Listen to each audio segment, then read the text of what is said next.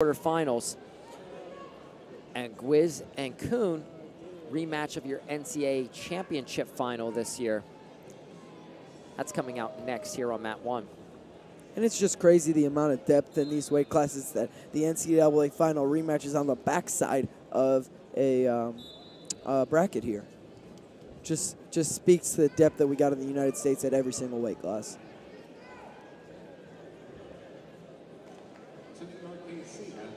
And looking over 86 kilograms, we saw Clayton Foster make it into the third place bout.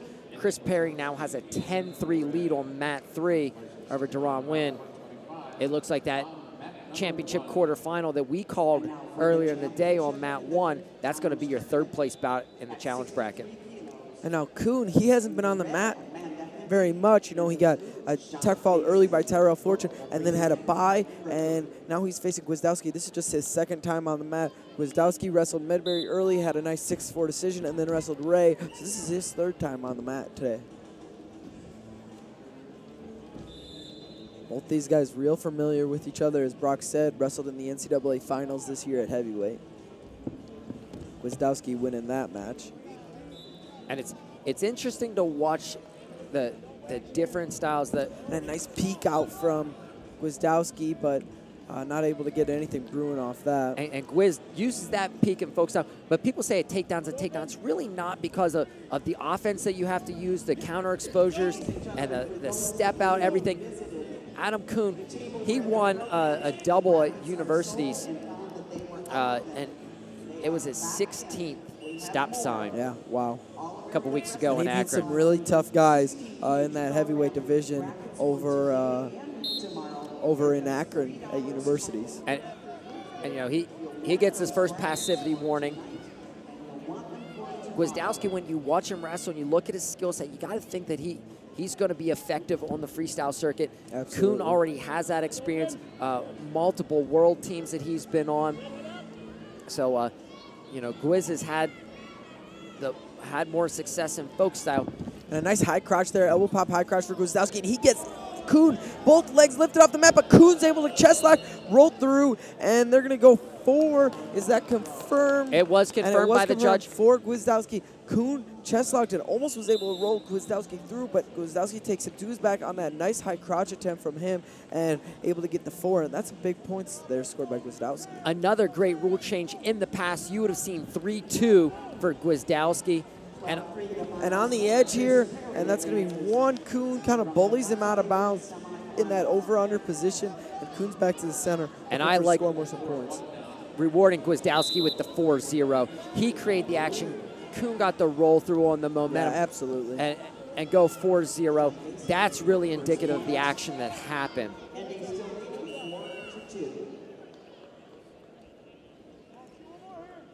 Yeah, so we've seen that Gwiazdowski has had a lot of success when he attacks high crotch. He's posting that elbow up, going right to that snatch high crotch, and he's had a lot of success there throughout this tournament. And Coon bullying back to those double underhooks on the edge. Gwiazdowski kind of slips, but will go out of bounds. That'll be one. Coon on the push out. Gwiazdowski kind of go overhook, try to get a little throw and just slip, and it'll be 4-2 score right now. And even if Coon is to fire back with a takedown, Gwiazdowski still got the lead. And here's the great thing.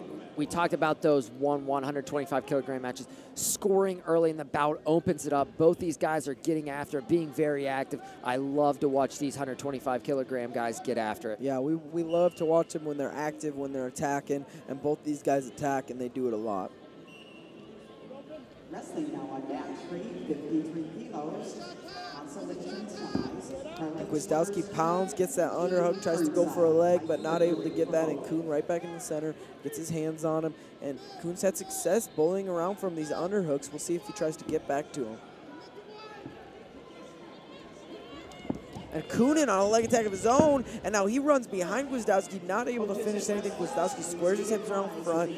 Good job by Gwiazdowski. And that would have been a cool late score really great late score for Adam Coon there as the clock ticked down. That could have been a huge turn of events. Little different going into that second period, 4-2 instead of 4-4 possibly. And remember, if it would have been 4-4, Gwiz still would have been, you know, technically ahead 4-4 with that 4-point score. The highest scoring technique. Yeah, you see Adam Coon in his corner, coaches Andy Hrovat and Sean Bourmet. Great thing they got going on there at Cliff Keen Wrestling Club and the Michigan wrestling team. They have an unbelievable facility. If you check out the Flow Premier League, Mark Bader was up there a few weeks ago with Jake Herbert talking about the comeback, and they really got a good thing brewing up there at Michigan, especially with the Cliff Keen Wrestling Club.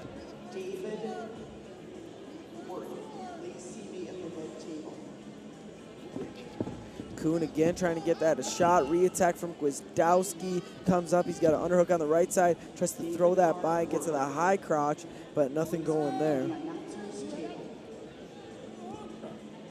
And Gwiz missed at that time, but leg attack on the right.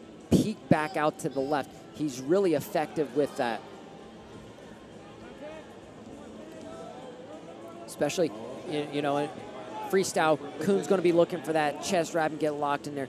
Look for Gwiz to get to that later in the match. And there's a quick low-level attack from Gwiazdowski. He comes out the back door, cuts it back, and he's looking to score here. If you're Coon, you want a chest lock or locking that crotch if he can, but he's just going to give up the points, and it looks like Gwiazdowski's able to fall into a leg lace, and Coon doing a good job getting his weight back, defending. He grabs that far ankle and trying to switch over, but Gwiazdowski still got that leg tabled up, and now he goes back into Coon, and now he falls back into a lace, and it looked like Coon was trying to get the reversal, but it's going to end up in getting him turned.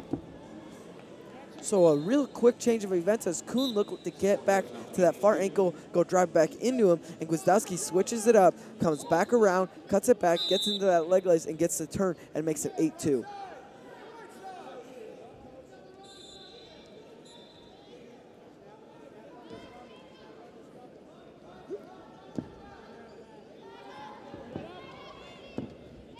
Underhook, snapping it down for Coon, trying to get back to that bully mentality where he's got that underhook and where he's had success with those push-outs, Brock.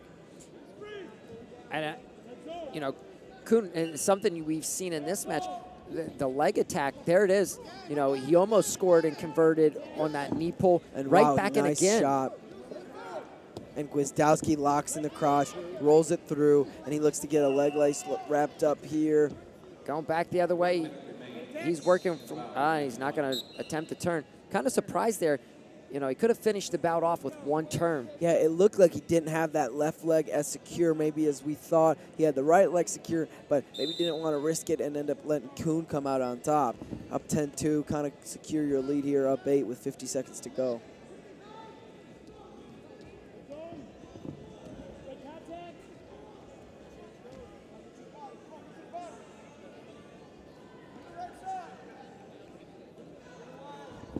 And Gwiazdowski in on another high crotch.